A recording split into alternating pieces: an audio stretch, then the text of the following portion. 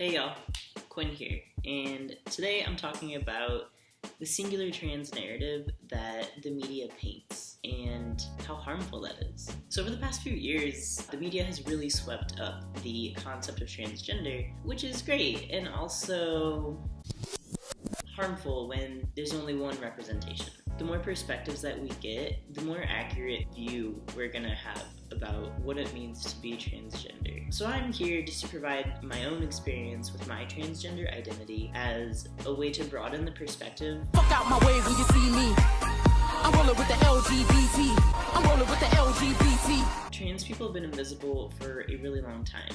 We continually fight every day not to be erased by our government and other powerful institutions. Laverne Cox was the first trans woman to portray a real trans woman in the media. One of my favorite shows, Orange is the New Black, took off a couple years ago, and when the media shared Laverne's story, they confused the term transgender to mean transsexual, which has made it very confusing for the rest of the population to understand because they're not the same. Transsexual is somebody who medically transitions, whether it's through surgery or hormones. Basically, they do something to affirm the gender that they identify with. They take some kind of physical account to do that. The word transgender, it just means that the gender that was assigned to you at birth is not the actual gender you identify with. For example, in my case, the biological sex assigned to me at birth, because I was born with a vagina, was female. Also, the gender assigned to me at birth was female, and that doesn't fit me. Gender is actually just a set of roles and expectations that is subjective to the society that we live in. Essentially, it's a social construct, the same way that money is a social construct, which is why if you go to France, you would use euros instead of American dollars, because we invented that as humans. Intrinsically, money has no value, we can burn it, it's just paper. Really, the meaning that we attach to it comes from our minds. The same is true for gender. We've created all these social norms and roles that we expect people to play aligned with their sex, and it just simply doesn't work that way. The issue with the media telling one singular narrative of what it means to be transgender, it's just not accurate. How many white people do you know?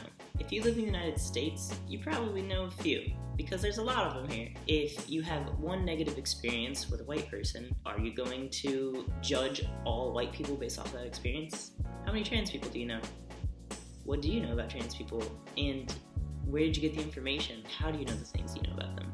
A lot of people don't know a lot of trans people in their lives, and there's multiple reasons for this. We won't get into that. But the point is, there's a lot of misinformation around there, and there is many more than just one way to be a trans person. The story that the media has sold the public is basically you're born into the wrong body, that there's something off in your brain. But in reality, it's all subjective, right? It's how we identify. The same way that my favorite color is green, the gender that we've created, I just don't fit into what is societally expected of females. Unfortunately, as a society, we've only come up with two genders, and since it's subjective and it's invented, it's binary, right? Like either or, either boy or girl. Boys wear blue, girls wear pink. The issue is life isn't as simple as either or. This is why I identify as non-binary. I do not subscribe to the social expectations expected of women, nor do I subscribe to the social expectations expected of men.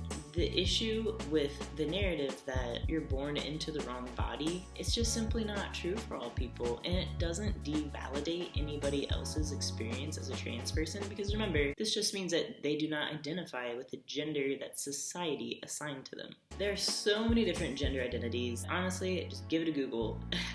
There's a lot. And there's some that haven't even been invented yet. It's a construct. There's not always words to explain how people feel. Gender is subjective, and this is why it's super important to ask people what their gender is. Never assume, because nobody can tell you what your gender is besides you. The same way no one can tell you what your favorite color is. This is why gender reveal parties are incredibly harmful. In my case, I was in the womb, right? And people were celebrating deciding my gender for me before I was even born. Like, how could you know if you don't ask me? And in my case, this has caused me a lot of pain and suffering. If you don't believe me, check out some of my other videos, specifically the feeling in between feeling creepy. A good way to ask what somebody's gender is simply asking for their pronouns. You're like, what the hell's a pronoun? Pronoun is how you refer to someone, either he or she, or they, them. There's also other options like z, zir, but we won't get into that here. If you identify as a woman, you would say, my pronouns are she, her. I don't identify as a woman, I identify as non-binary, so I use they, them pronouns. I also identify on more of the masculine end of the spectrum, but I don't see myself as a man per se, so I also like to use he, him pronouns. I usually introduce myself with my name and pronouns, and this creates a safe space for folks everywhere we go. It's such a small step, and it's very considerate, and it's an easy way to make people feel included in a space. So a good way to ask people what their pronouns are, like, hey, what are your pronouns? What pronouns do you use? The way I introduce myself is saying,